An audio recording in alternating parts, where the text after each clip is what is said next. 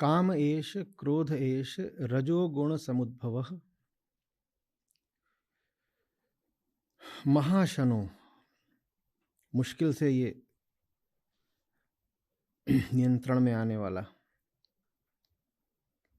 असंतुष्ट ही रहता है हमेशा। महाशनो, महापापमा।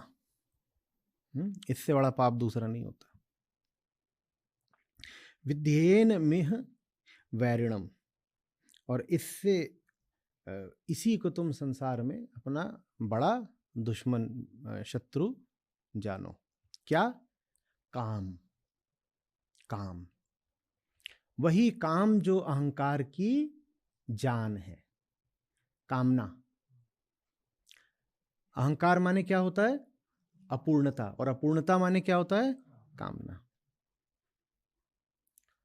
तो अर्जुन ने पूछा है कि किसने नचाया? कौन है जो हमसे पाप करवाता है? तो कृष्ण कह रहे हैं अहंकार। अहंकार के लिए यहां पर शब्द है कामना। अहंकार माने अपूर्णता, अपूर्णता माने कामना। यही जो रजोगुणी कामना है, यही तुमसे दुनिया भर की मूर्खताएं कराती है। मिट्टी भी मुक्त नहीं है, पर मिट्टी कोई पाप नहीं करती। तमसा कोई पाप नहीं करती।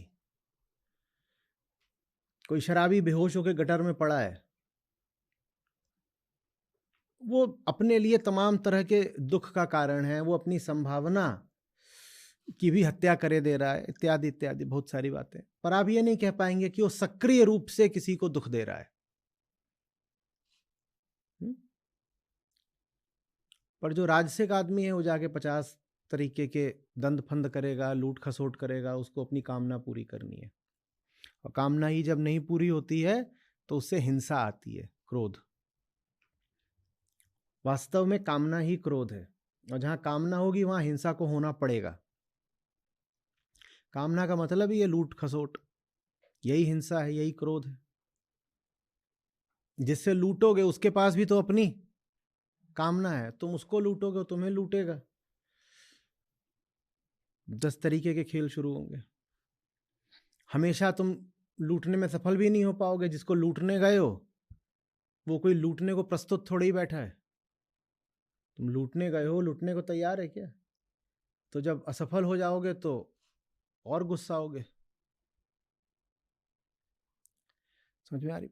अहम की प्रकृति में ही दुख छुपा हुआ है। अहम का मतलब ही होता है अपूर्णता, अपूर्णता माने कामना, और कामना पूरी हो नहीं सकती। पूरी हो नहीं सकती, इसके लिए कृष्ण यहां पर कह रहे हैं महाशनो, तृप्त न होने वाली और सब पापों का कारण बनने वाली कामना पूरी नहीं हो सकती। जगत में पूरी नहीं हो सकती कामना।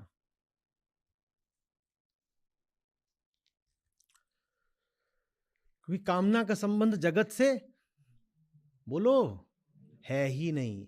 कामना का संबंध किससे है?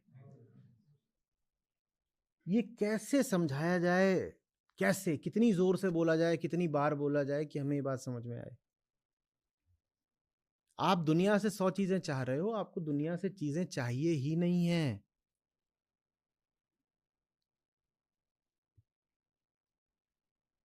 कामना का मतलब होता है भीतरी अपूर्णता। बाहर कहां भाग रहे हो पूरा करने के लिए उसको? जो काम सिर्फ ज्ञान से हो सकता है, वो बाजार से थोड़ा ही हो जाएगा। कामना को जानना पड़ेगा, तब जाके कामना मिटती है, नहीं तो कामना नहीं मिट सकती। और ज्यादा खरीदारी करके, शॉपिंग और फर्नीचर और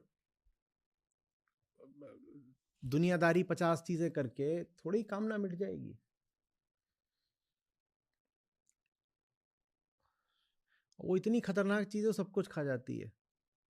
अब ये चल रहा है अभी त्योहारों का सिलसिला, त्योहारों का है कि बाजारों का है?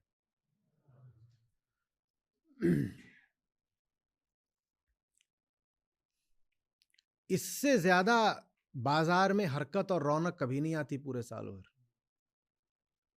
धर्म जगमग होता है पता नहीं, पर बाजार जरूर जगमग होते हैं, ये पक्का है। धर्म का प्रकाश कितना फैलता है पता नहीं, बाजारों में रोशनी खूब हो जाती है। कारण, बाहर से कुछ ले आऊंगा तो भीतर का खोखलापन मिट जाएगा। तो धर्म भी इसी बात का एक साधन बन गया है कि त्योहार आए और कुछ खरीद लाओ। अभी तो करवा चौथ आ रहा है जल्दी। हाँ हाँ, तो सोना चाहिए, साड़ी चाहिए। और आज मैं पढ़ रहा था कि करवा भी कोई चीज होती है। बताए, करवा वही होती है जिससे चांद को देखते हैं। बताया कि शायद अभी हो गया है या पहले से था मालूम नहीं, कि वो भी चांदी का होना चाहिए। और वो दिन भर भूखी रही है तो कुछ थोड़ा बहुत छांट पसेरी सोना, इतना तो देना पड़ेगा उसको, कि नहीं देना पड़ेगा? ऐसे ही पहुंच जाओगे बस।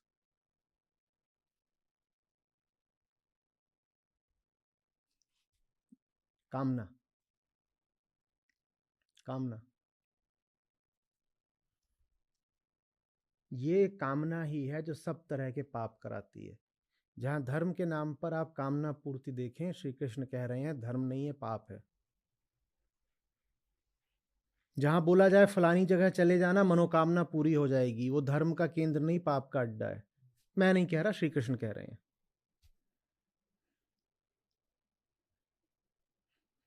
इन्हीं शब्दों में कह रहे हैं। पाप शब्द भी मेरा नहीं है, इसी श्लोक का है। काम शब्द भी मेरा नहीं है, इसी श्लोक का है। मैं जो भी बोलता हूं लोग बहुत जल्दी रुष्ट हो जाते हैं, कहते हैं हमारा धर्म खराब कर रहा है, हमारी संस्कृति तबाह किए दे रहा है। अरे भैया, मैं नहीं बोल रहा, श्री कृष्ण बोल रहे हैं। या तो उन पर भी यही इल्जाम लगाओ, और उन्हीं पे लगना चाहिए, क्योंकि वो नहीं बोलते तो शायद मैं नहीं बोलता। सब ऋषियों पे, सब अवतारों पे, सब संतों पे यही इल्जाम लगाओ कि इन्होंने तुम्हारी संस्कृति खराब कर दी है, क्योंकि उन्होंने जो कुछ बोला है वो आपकी संस्कृति से तो बिल्कुल नहीं मेल खाता। तो अगर उनकी बात कभी भी सामने लाई जाएगी तो आपकी जो ये रोगी और अधमरी संस्कृति है, इस पर तो घात हो गई, और फिर आपको बड़ा बुरा लगता है।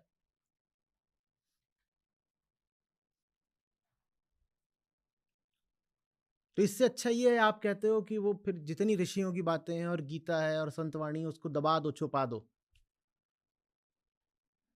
और अपने नए किस्म के बाजारू भजन गाने लग जाओ धर्म के नाम पर।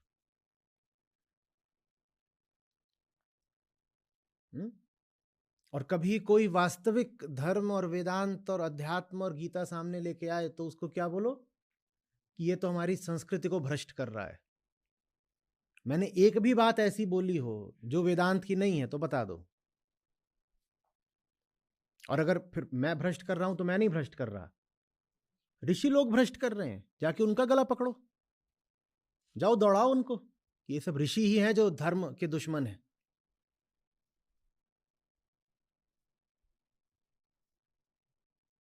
समझ में आ रही है बात? कामना से बचो। कामना ही तो अहंकार की प्रकृति है, और उससे बचना इसलिए क्योंकि वो अपने आप से खुश नहीं है। अगर हम अपने आप से खुश होता तब तो कोई बात नहीं थी। वो अपनी प्रकृति से स्वयं ही दुखी है। जिस चीज से वो दुखी है उसी चीज को आगे और क्यों बढ़ा रहे हो? बात तर्क विरुद्ध है ना, नैतिकता की नहीं है बात, लॉजिक की है। थोड़ी सी भी बुद्धि हो तो दिख जाएगा। जो चीज तुम्हारी बीमारी है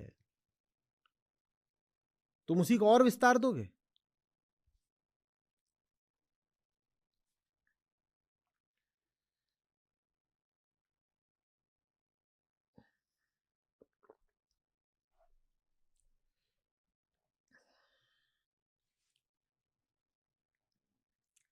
समझ में आ रही है बात?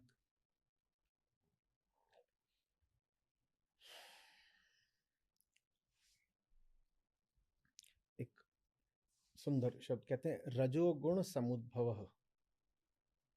ये जो पूरा कुनबा है रजोगुण के उत्पादों का, जिनका उद्भव सबका एक साथ ही होता है, जैसे बुद्ध बोल गए थे समुत्पाद, वैसे ही यहां कृष्ण कह रहे हैं समुद्भव। कह रहे सब इकट्ठे ही उठते हैं, एक हो और दूसरा ना हो ये हो नहीं सकता। इसको हम ऐसे बोलते थे कि षड रिपु पूरा एक परिवार है। ये 6 एक ही हैं, एक दिखे तो मान लेना बाकी 5 आसपास ही हैं। कभी ये मत सोचना कि अकेला आ गया है कोई।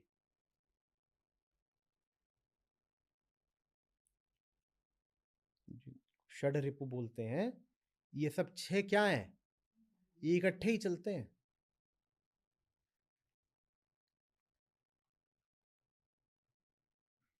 जैसे वो आई थी पिक्चर सत्ते पे सत्ता, शायद उसमें 6-7 जंगली थे, वो भाई थे आपस में।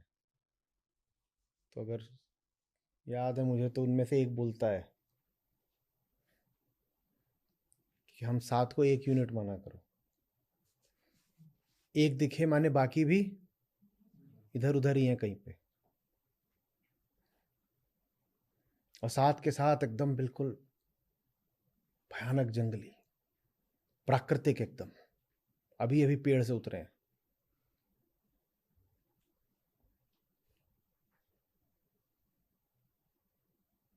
समझ में आ रही है?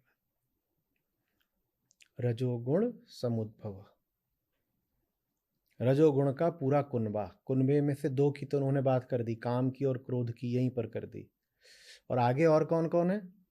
जितने जोड़ने हो सब जोड़ लो, मद मोह द्वेष राग सब जोड़ लो, मात्सर्य भय लोभ, जो जोड़ना, भ्रम, ये सब क्या है? पूरा एक ये एक है। इसी को रावण बोल सकते हैं, ये बेहतर है ना। एक जिसके 10 अलग अलग चेहरे प्रतीत होते हैं, कोई 10 चेहरे थोड़ी थे उसके, एक, लेकिन उसके 10 अलग अलग चेहरे हैं एक के ही। तो चेहरों से गच्चा नहीं खाना है, वो है एक ही। और जहां एक चेहरा देखो वहां जान लेना कि बाकी 9 चेहरे भी आसपास ही हैं। जहां मोह देखना जान लेना हिंसा अगल बगल ही है। मोह दिखाई दे रहा है माने अब जल्दी ही मारपीट भी होगी। जहां राग दिखाई दे जान लेना कि अब पिटाई आसपास ही है। इतना राग चल रहा है, राग को प्रेम बोलते हैं आमतौर पे, हमें कहाँ पता होता है वो सिर्फ राग है, हम तो उसको प्रेम समझते हैं। तो जहां राग दिखाई दे वहां से निकल लेना, है ना, अब यहां बम फटने ही वाला है। इतना प्यार ये फटेगा, पक्का फटेगा। इतना प्यार चल ही नहीं सकता। वो टाइम बम है, आसपास भी मत रहना, तुम भी उड़ जाओगे।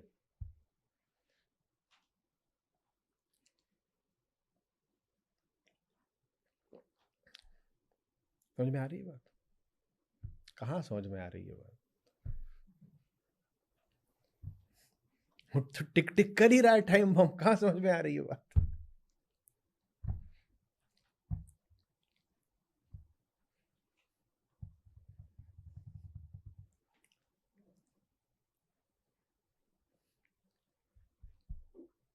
जहां ममता है वहां जान लेना कि हिंसा अगल बगल ही है।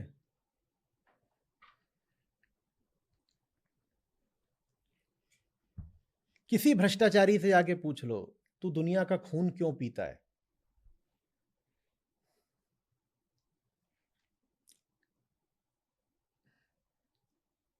बेटे की पढ़ाई, बेटी की शादी, बीवी की शॉपिंग, माँ बाप को मकान बना के देना है। जहां ममता हो वहां भ्रष्टाचार ना हो, ऐसा कैसे हो सकता है? तो कृष्ण कह रहे हैं समुद्भव, ये दोनों एक साथ उठते हैं। जैसे ही कोई तुम्हारा हो गया, मम मम पुत्री मम पत्नी, वैसे ही तुम दुनिया के प्रति क्रूर हो ही जाओगे।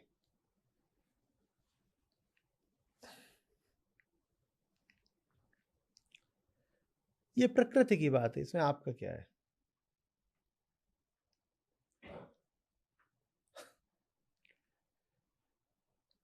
शेरनी के बच्चे छोटे छोटे होते हैं, वो जाके हिरण मारती है,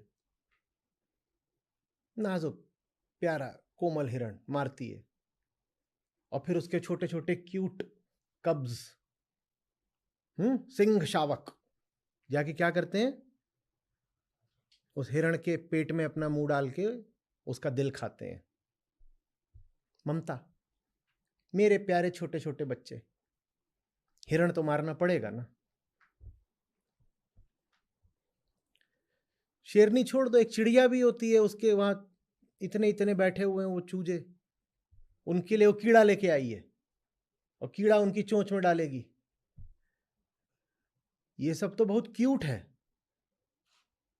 पर वो कीड़े से भी तो कोई पूछ लो, भाई तेरा क्या हुआ? जिसको देखो वही उसकी पेंटिंग बना के लगाए हुए है। वो उसके मुंह में मैगी तो डाल नहीं रही है, वो भी एक प्राणी है जो उसके मुंह में डाल दिया बच्चे के। हाँ, पर हम उसकी क्यूट पेंटिंग ऐसे ऐसे लगा देते। प्रकृति है, यहां ऐसा ही होता है। मनुष्य अकेला है जिसको एक विशेष अधिकार मिला है, सत। सत, सत माने ज्ञान, सत माने मनुष्य अकेला। चिड़िया को तो अधिकार मिला ही नहीं है। हम कभी कहेंगे क्या कि चिड़िया ने हिंसा कर दी? कुछ नहीं, वो तो प्रकृति ऐसे ही चलता है। पर मनुष्य यही करे तो मनुष्य ने गड़बड़ करी है। जो काम चिड़िया या शेरनी करते हैं वो काम मनुष्य करे तो मनुष्य को फिर पाप लगता है। पापाचरण यही कहलाता है, क्योंकि मनुष्य को एक विशेष अधिकार था। क्या था? स्वयं को जानने का। बड़ी अजीब बात, इतनी यूनिया जीवों की, उसमें सिर्फ एक मनुष्य है। उसको आप चमत्कार बोल दो या सीधे सीधे आप विकासवाद, इवोल्यूशन बोल दो, कि प्रकृति की विकास यात्रा में मनुष्य सबसे आगे है। और अभी वो यात्रा चल ही रही है। अभी हम, ऐसा थोड़ी है कि कोई अपनी आखिरी स्थिति पे पहुंच गए हैं। हम भी अब बदल रहे हैं धीरे धीरे करके। भाई अगर किसी तरीके से हम में से कुछ 200-400 लोग बच गए तो 1000-10,000 साल बाद हम वैसे ही थोड़ी होंगे जैसे अभी हम हैं। हमारा सब कुछ बदल रहा है। तो मनुष्य को सत्य का चयन करना होता है, बाकी सब अचयनित ही मिल जाता है। मिल जाता है कि नहीं? जन्म ही अचयनित। सांस ले रहे हो, कौन चयन करना पड़ता है? इच्छाएं उठती हैं, कौन सा हमसे पूछ के उठती हैं? किसने कहा था कि 2 ही आंखें मिले तो ही 2 आंख मिली? विचार भाव हमसे पूछ के नहीं आते। ज्ञान लेकिन अकस्मात नहीं आ जाएगा। अनुग्रह वगैरह सब अपनी जगह है, ज्ञान तो भाई मांगो तो ही मिलेगा। और जब मांगोगे तो उधर से क्या आवाज आएगी? दाम चुकाओ, दाम। और क्या दाम होता है? जीवन। जीवन के केंद्र का परिवर्तन ही ज्ञान का दाम है। वो दाम चुकाए बिना ज्ञान नहीं मिलता। वो दाम चुकाए बिना जो सतो गुण है प्रकृति का, वो सक्रिय नहीं होता। बाकी दोनों तो समय और संयोग से सक्रिय हो जाते हैं। हमने यहां पे लिखा,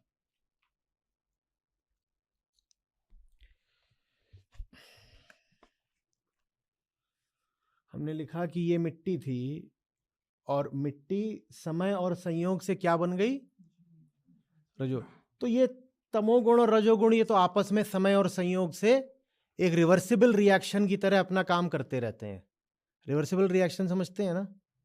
वो इधर से इधर को चलता है और फिर उल्टा भी चल देता है। तो ये तम और रज आपस में डुगडुग डुगडुग डुगडुग करते रहते हैं।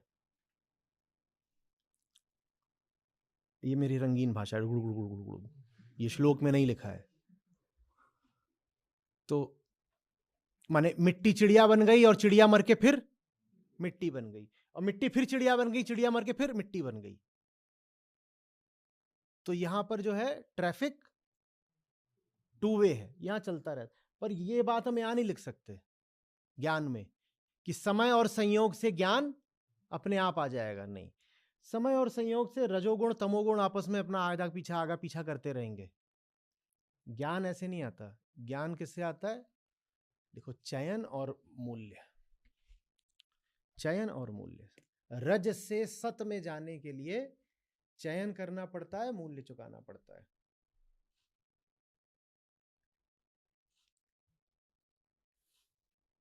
नीचे वाले काम कैसे होते हैं? ऑटोमेटिक, खुद। ऊपर वाला काम कब कब होगा? हाँ, चाहोगे तो होगा, नहीं चाहोगे तो कुछ नहीं होता। और अगर किसी के साथ नहीं हो रहा माने चाहा नहीं है, या चाहा भी है तो मोल नहीं चुकाए। ऐसे थोड़ी कहीं खड़े हो जाओगे बोलोगे दे दो, तो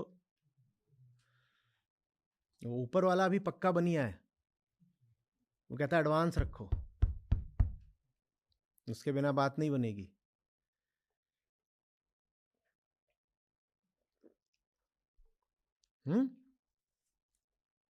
साईं मेरा बानिया, पल पल करे व्यापार।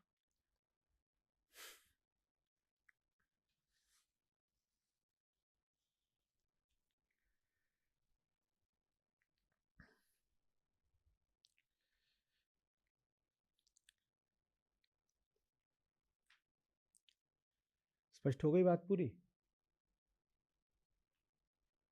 क्या अटक रहा है?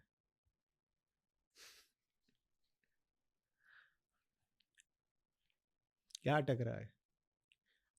एक छोटी सी बात, तो ये जो हम मैं बोलते रहते हैं, वास्तव में क्या है? प्रकृति की राजसिकता, कुछ नहीं। नींद को इसीलिए तामसिक बोलते हैं, जब सो जाते हो तो मैं बोलना बंद हो जाता है।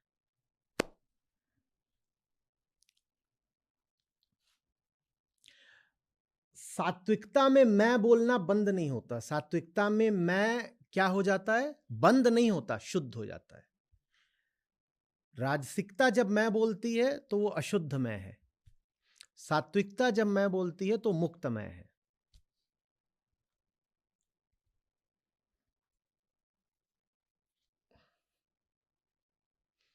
तो जब राजसिकता बोलेगी तो बोलेगी अहम देहास्मि।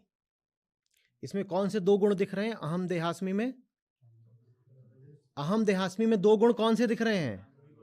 रजोगुण और तमोगुण कौन सा दिख रहा है? देह। और रजोगुण किसमें दिख रहा है? और जब सात्विकता बोलेगी तो बोलेगी अहम ब्रह्मास्मि। अहम ब्रह्मास्मि, ये शुद्ध अहम है, इसी को आत्मा बोलते हैं। बोलने वाली कौन है लेकिन? प्रकृति ही। प्रकृति। उसी प्रकृति की राजसिकता को कृष्ण कह रहे हैं तुम अहम अहम करते रहते हो। अहम को एकदम ही तोड़ डाला, बोल रहे कुछ नहीं है, हम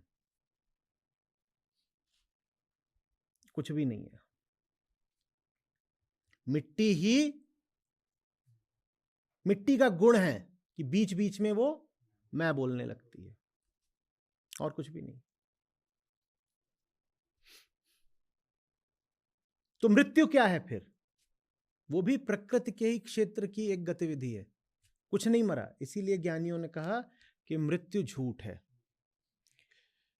मृत्यु झूठ है माने जन्म ही झूठ था।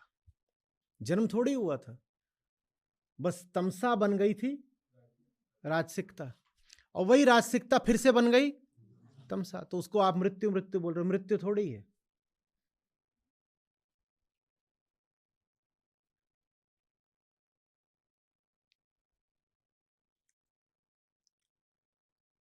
पानी भाप बना था, भाप फिर से पानी बन गई।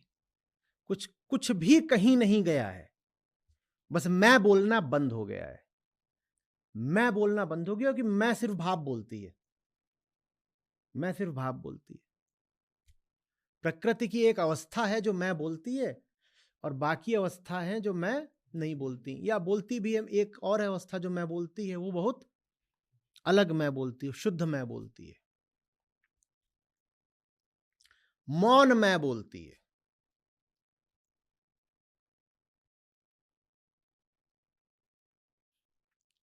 समझ रहे हो बात को? तो मृत्यु क्या है फिर?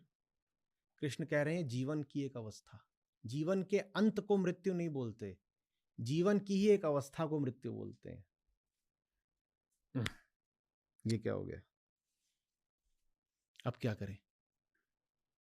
बोले अरे चक्र चल रहा है, उसी चक्र में 3 अवस्थाएं होती हैं, एक चौथी भी होती है, उसको बोलते हैं। इसको मैंने ऐसे समझाया था एक बार कि तब ये पुराना था, यहाँ बोधस्थल, यहाँ नीचे 3 ही कमरे होते थे और बाहर ये लॉन था। तो मैंने कहा एक बात बताओ, मैं अगर इन 3 कमरों में हूं तो तुम बोलोगे कि बोधस्थल में हूं या बोधस्थल से बाहर हूं? बोलेंगे आप बोधस्थल में। मैंने कहा मैं इस वाले में हूं तो हूं बोधस्थल में? हाँ। उस वाले में हूं? हाँ। उस वाले में हूं तो भी बोलते हो हाँ। मैंने कहा मैं इन 3 कमरों को छोड़ के बाहर वहां लॉन में बैठ जाऊं तो क्या बोलोगे, बोधस्थल से बाहर हूं? बोले नहीं, आप तब भी बोधस्थल में हो। मैंने कहा यही जीवन और मृत्यु है, ये चेतना की 3 अवस्थाएं हैं। जिसको मृत्यु बोलते हो वो भी चेतना की एक अवस्था ही है, वो चेतना का समापन नहीं है, वो चेतना की ही एक अवस्था है। चेतना ये पूरा बोधस्थल है, 3 कमरे उसकी 3 अवस्थाएं हैं, मृत्यु उसकी चौथी अवस्था है, ऐसे समझ लो। तो मैंने चेतना का उदाहरण लेके बोला था, श्री कृष्ण उसको अभी गुणों का लेकर के बता रहे हैं। मृत्यु माने ये नहीं होता कि पहले कुछ था और वो चिड़िया बन के फुर हो गए, वो नहीं होता। मृत्यु का मतलब बस ये होता है कि अवस्था का परिवर्तन हो गया, स्टेट, फॉर्म हैज चेंज्ड। कुछ न जुड़ गया न घट गया, न कुछ भीतर प्रवेश कर गया न कुछ भीतर से बाहर निकल गया। पानी बर्फ बना, बर्फ फिर पिघली, पानी बनी, और पिघलने की प्रक्रिया में और गर्म हो गई तो भाप बन के फिर बरस गई, और बरस करके पहाड़ की चोटी पे पड़ी, फिर बर्फ बन गई। ये खेल है पूरा।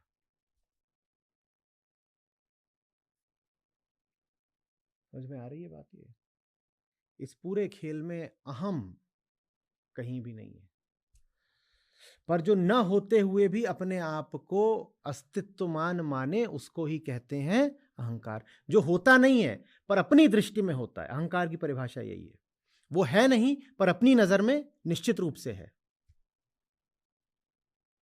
सचमुच वो है नहीं पर अपनी नजर में वो सचमुच है, इसको अहंकार बोलते हैं।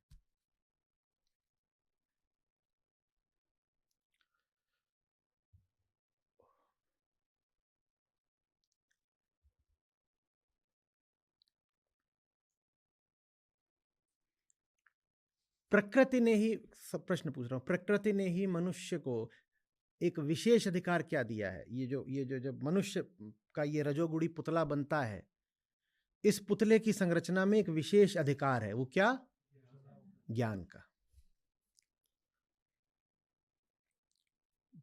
किसी भी प्राणी को या नदी को या पहाड़ को या जीव को, किसी को नहीं कभी पता चलेगा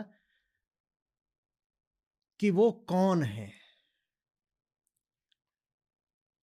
मनुष्य अकेला है जिसे ये पता चल सकता है यदि वो ये प्रश्न पूछे, अन्यथा उसे भी नहीं पता चलेगा। बाकी सब अपने आप को बिना जाने अपनी अपनी गति और क्रिया करते हैं, उनके लिए संभव भी नहीं है अपने आप को जानना। जैसे आपकी गाड़ी होती है, 2 लाख किलोमीटर चल गई, गति तो खूब करी ना, उस गाड़ी से कभी पूछो तुम कौन हो, कुछ बताएगी? कुछ नहीं बताती। इतनी गति करी पर उसे कुछ पता थोड़ी वो कौन है। मनुष्य अकेला है जिससे संभावना होती है कि जान सकता है। तो मनुष्य अकेला है जिसे फिर मुक्ति की संभावना होती है। और मुक्ति का मतलब बस इतना ही होता है कि जो लगता था कि है, पता चल गया कि वो है ही नहीं, और जो लगता था कि है वही लगता था कि बंधन में है। जब जान लिया वही नहीं है तो फिर बंधन में कौन है? कोई नहीं, बंधन ही नहीं है। इसीलिए जब बुद्ध निर्वाण की बात करते हैं तो उसको क्या बोलते हैं? निर्वाण क्या है? शून्य है। निर्वाण शून्य है क्योंकि अहंकार ही शून्य। तो निर्वाण भी क्या होगा? शून्य। कोई था ही नहीं तो उसको किसको मुक्त किया?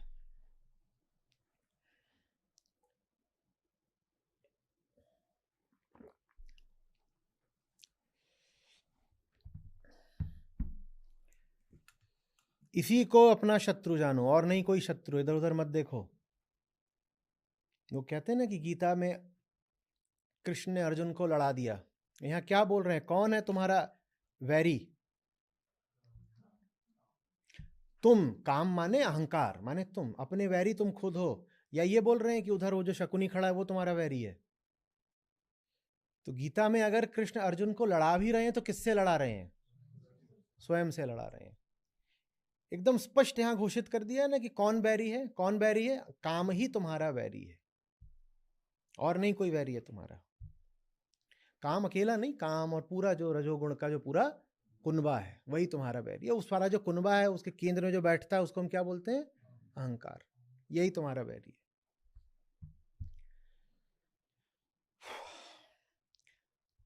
दुर्योधन तो जैसे जैसे एक विधि मात्र है। असली युद्ध तो 3 तलों पे युद्ध है। अर्जुन का अर्जुन से, अर्जुन का कृष्ण से, और फिर एकदम अंत में अर्जुन का दुर्योधन से।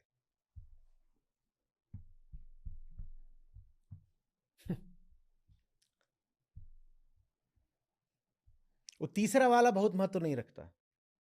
ये भी तो हो सकता था, इतनी लंबी गीता है, दुर्योधन वैसे ही कहां अधीर आदमी, वो ऊब के ही भाग जाए, बोले तुम अपना खत्म कर लो फिर बता देना। तो तीसरा युद्ध नहीं भी होता तो कोई बात नहीं, पहले दोनों बहुत जरूरी थे। दूसरा जो युद्ध है अर्जुन और कृष्ण का, वो भी सिर्फ इसलिए हो रहा है ताकि पहला हो सके। कृष्ण अर्जुन को अर्जुन से ही कटवाना चाहते हैं। सारी गीता यही है। अर्जुन तुझे मरना होगा, अर्जुन तुझे जीना होगा। दुर्योधन तो कहीं है ही नहीं तस्वीर में। उस बेचारे को तो बड़ी हीन भावना हो गई होगी, क्योंकि नहीं तुम्हारा ही चलता रहेगा, हम भी कुछ हैं। 700 श्लोक, मजाक है। 18 अध्याय।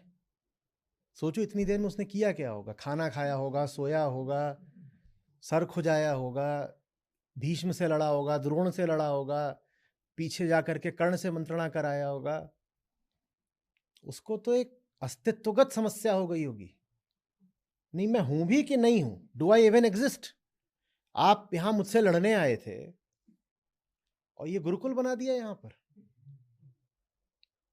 मेरा इतना भी महत्व तो नहीं है कि जो भी कुछ कर रहे हो मुझे बता तो दो या दिखा दो।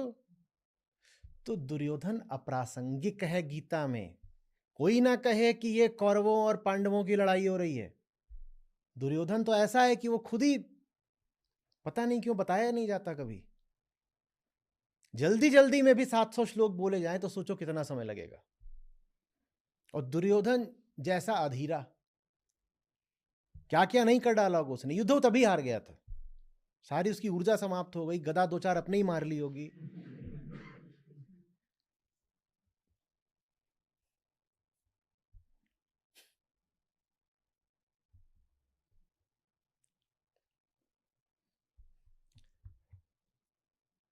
वेदांत में दूसरा होता ही नहीं है। आप हो और आपका अज्ञान है, बस।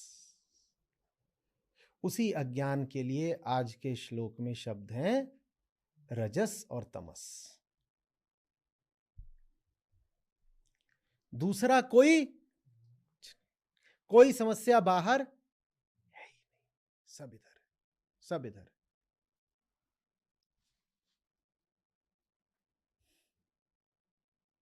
तुम जगे तो जग उजियारा, और तुम सोए तो बाहर 100 सूर्यों के होते हुए भी अंधियारा। अब दीपावली का असली मतलब समझ लो फिर क्या है। दियों से क्या होगा? मैं कह रहा हूं 100 सूरज भी बाहर तुम खड़े कर दो तो भी कुछ नहीं होगा। बाहर के 100 सूर्यों की अपेक्षा भीतर का एक दिया कहीं ज्यादा सार्थक होता है, प्रभावी होता है, और इसी का नाम धर्म है। जब बाहर 100 सूरज जलाए जाएं तो उसका नाम बाजार होता है, और जब भीतर सिर्फ एक दिया जल जाए टिमटिमा के, उसका नाम धर्म होता है, अध्यात्म होता है। और आप देख लो कि आपको क्या अर्थ देना है दीपावली को।